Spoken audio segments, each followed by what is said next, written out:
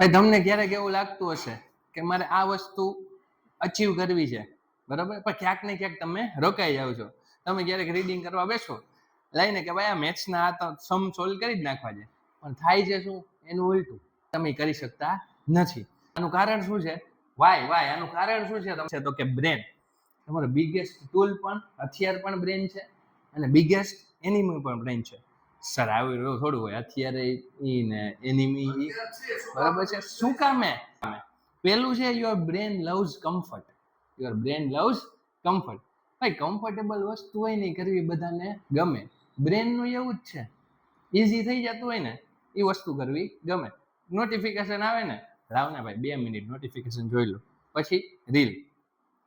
2 મિનિટમાંથી 2 કલાક થઈ જાય છે.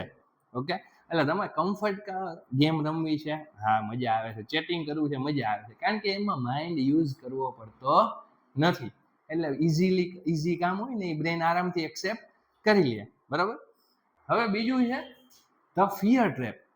ફિયર ટ્રેપ છે શું ભાઈ?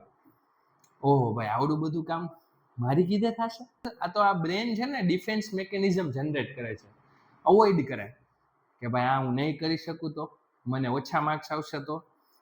કીધું હોય ને આપણને ગણાય કે આ ચેપ્ટર બહુ હાર્ડ છે, આ અહીંથી એમ કે આ ચેપ્ટર બહુ હાર્ડ છે, એટલે માઇન્ડમાં પરસેપ્શન ક્રિએટ થઈ ગયું હોય કે આ ચેપ્ટર હાર્ડ છે, એટલે તમે ટ્રાય જ ન કરો. તમે ટ્રાય જ ન કરો, એને કહેવાય the fear trap. Third one છે ધ મોટિવેશન મિથ. અમુક સ્ટુડન્ટ એવા હોય, સર કોક મોટિવેટ કરે ને તો હું કરું, હા તારે કરી બતાવવાનું છે, આમ છે તેમ છે, સંદીપ મહેશ્વરીના વિડીયો જોઈને, બરાબર. એ ભાઈ કોક કહે ને એ મોટિવેશન ખાલી 2 મિનિટ માટે હોય. કોઈ કહે ને એ મોટિવેશન ખાલી કેના માટે હોય? 2 મિનિટ માટે. આની પાછળનું તમારે છે ને રીઝન ગોતવાનું છે. મેન શું ગોતવાનું છે? રીઝન, કે ભાઈ મારે આ કરવું છે, મારે આ કોઈ પણ વસ્તુ કરવી છે, એની પાછળનું રીઝન શું છે? રીઝન તમને જ્યારે ક્લિયર થઈ જશે એ તમારું મોટામાં મોટું મોટિવેશન બની જશે. ઓકે, રીઝન મળી ગયું પછી એક્શન લેવું પડશે. શું લેવું પડશે? એક્શન. એકવાર તમે રીઝન મળી ગયું અને એક્શન પણ કરી લીધી પછી તમને રોકવા વાળું કોઈ નથી, બરાબર છે. આ થઈ ગયું તમારું બિગેસ્ટ મોટિવેશન. ઓકે, હવે ટોપર અને એવરેજ સ્ટુડન્ટમાં ડિફરન્સ શું હોય? સર એનું ઇન્ટેલિજન્સ લેવલ હાઈ હોય. મારું તો સાહેબ બેટા ઇન્ટેલિજન્સ લેવલ ટોપરનું નથી હોતું, એ પોતાના બ્રેનને નો કરતા શીખી ગયું છે, કંટ્રોલ કરતા શીખી ગયું છે.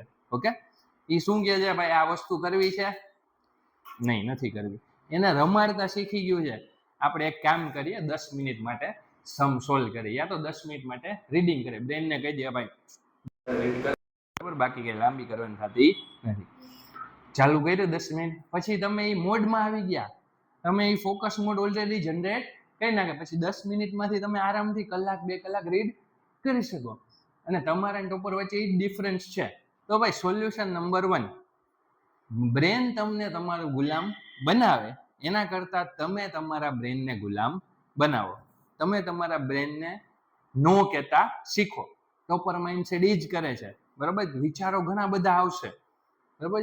કયા વિચારને રાખવા, કયા વિચારને ઇગ્નોર કરવા, એ તમારા ઉપર છે. તમારે ગુલામ બ્રેનને બનાવવાનું છે, તમારે ગુલામ બનવાનું નથી. બીજી વસ્તુ, હવે મને ખબર છે કે આ વિડીયો પૂરો થશે એટલે બીજો વિડીયો ચાલુ કરશે, બીજો વિડીયો પૂરો થશે એટલે ત્રીજો વિડીયો ચાલુ કરશે. હમણાં મેં જેમ કીધું એ જ વસ્તુ તમે એ ટ્રેપમાં ફસાઈ જશો, એ કરવાનું નથી. જે વિડીયો પૂરો થઈને ડાયરેક્ટલી એક્શન ઉપર કામ કરશે ને એ જ તમને ડિફાઇન કરશે કે તમે ટોપર સ્ટુડન્ટ બનશો કે એવરેજ સ્ટુડન્ટ બનીને જ રહી જશો. Good bye.